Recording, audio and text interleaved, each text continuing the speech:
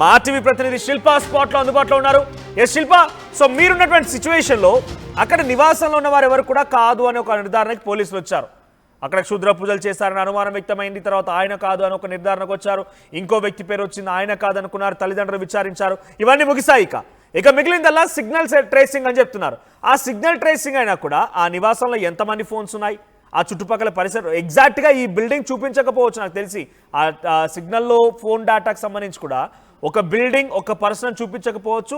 ఆ చుట్టుముట్టు ఎవరైతే ఉన్నారో ఆ సమయానికి అనేది మాత్రం కొంత నిర్ధారణకు వచ్చే అవకాశం ఉంది. సో ఇప్పుడు ప్రస్తుతం అంతా కూడా పక్క బిల్డింగ్ నుంచి యాక్సెస్ ఉందా, అక్కడ ఆ అమ్మాయి ఉన్నటువంటి ఆ ఇంటికి ఆ రూమ్కి చూసేటువంటి అవకాశం ఉందా, ఈ రకంగా అనుమానం వ్యక్తం చేస్తున్నారు. సో బహుశా మీరు పక్క బిల్డింగ్లో ఉండి ఉంటారు. సో ఒకసారి విజువల్ చూపించండి, బ్రీఫ్ చేయండి.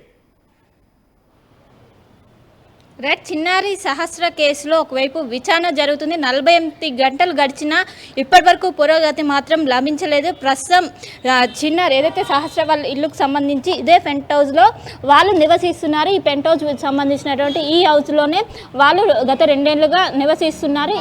ఇది అనేది G+2 బిల్డింగ్. ఇక్కడ నుండి మనకు చుట్టూ కూడా బిల్డింగ్స్ ఉన్నాయి. మనకి ఇప్పటి వరకు పోలీసుల దర్యాప్తులో సీసీ కెమెరాలను పరిశీలించాక సీసీ కెమెరాలో బయట నుంచి ఏ వ్యక్తులు కూడా వెళ్ళలేదంటూ కూడా ఒకవైపు పోలీసులు నిర్ధారణకు వచ్చారు. కానీ ఇక్కడ దీన్ని ఆనుకొని ఒకవైపు జాయింట్ బిల్డింగ్ అనేది ఏదైతే సహస్ర వాళ్ళ ఇల్లు ఉన్నదో దీని బ్యాక్ సైడ్ ఒక ఇల్లు ఉన్నది. ఇది బ్యాక్ సైడ్ అనేది ఈ గోడ చూడొచ్చు. మొత్తం కూడా ఈ గోడ నుంచి ఇక్కడికి దూకే అవకాశం అయితే మనకు స్పష్టంగా కనిపిస్తుంది. మనకి ఈ గోడ అనేది దాదాపు 2 ఫీట్ల మేర ఉంటుంది. ఖచ్చితంగా ఒక మనిషి ఇక్కడ నుంచి ఏదైతే వెనుకున్నటువంటి బిల్డింగ్ నుంచి ఈ బిల్డింగ్ దగ్గరికి దూకడానికి యాక్సెస్ అనేది ఖచ్చితంగా ఉన్నది. చాలా కంఫర్టబుల్గా వాళ్ళు ఇక్కడ దూకి లోపలికి ప్రవేశించడానికి కూడా మార్గం ఉన్నది. సో దీనిపైన పోలీసులు ఖచ్చితంగా ఎంక్వైరీ చేసిన, ఎందుకంటే బయట ఉన్నటువంటి సీసీ కెమెరాలు ఎవరు కూడా బయట వ్యక్తులు లోపలికి రాలేదనేది కూడా పోలీసులు విచారణలో వ్యూ పాయింట్ కనబడుతోందా, ఆ సహస్ర అమ్మాయి ఉన్నటువంటి ఆ ఇల్లు కనబడుతోందా, ఆ తల్లిదండ్రులు ఉన్నారా లేరా నిర్ధారించుకునేందుకు ఆ వ్యూ కనబడుతోందా? రైట్, ఖచ్చితంగా ఇప్పుడు మనకు ఈడ కనిపిస్తున్నటువంటి ఏవైతే స్టెప్స్ ఉన్నాయో స్టెప్స్ పక్కన ఉన్నటువంటి డోరు సహస్ర వాళ్ళు ఉండేటువంటి ఇల్లు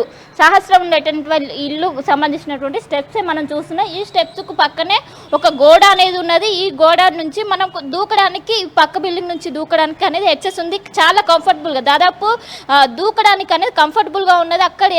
అక్కడ గోడ సపోర్ట్ కూడా ఉండడంతో వాళ్ళు దూకడానికి అవకాశం ఉండడంతో సో పక్క బిల్డింగ్ నుండి ఎవరైనా వచ్చి అక్కడ ఉన్నటువంటి సీసీ కెమెరాల రికార్డ్ కాకుండా ఈ విధంగా చేస్తుంటారా అంటూ కూడా ప్రస్తుతం పోలీసులు అనుమానిస్తున్నారు.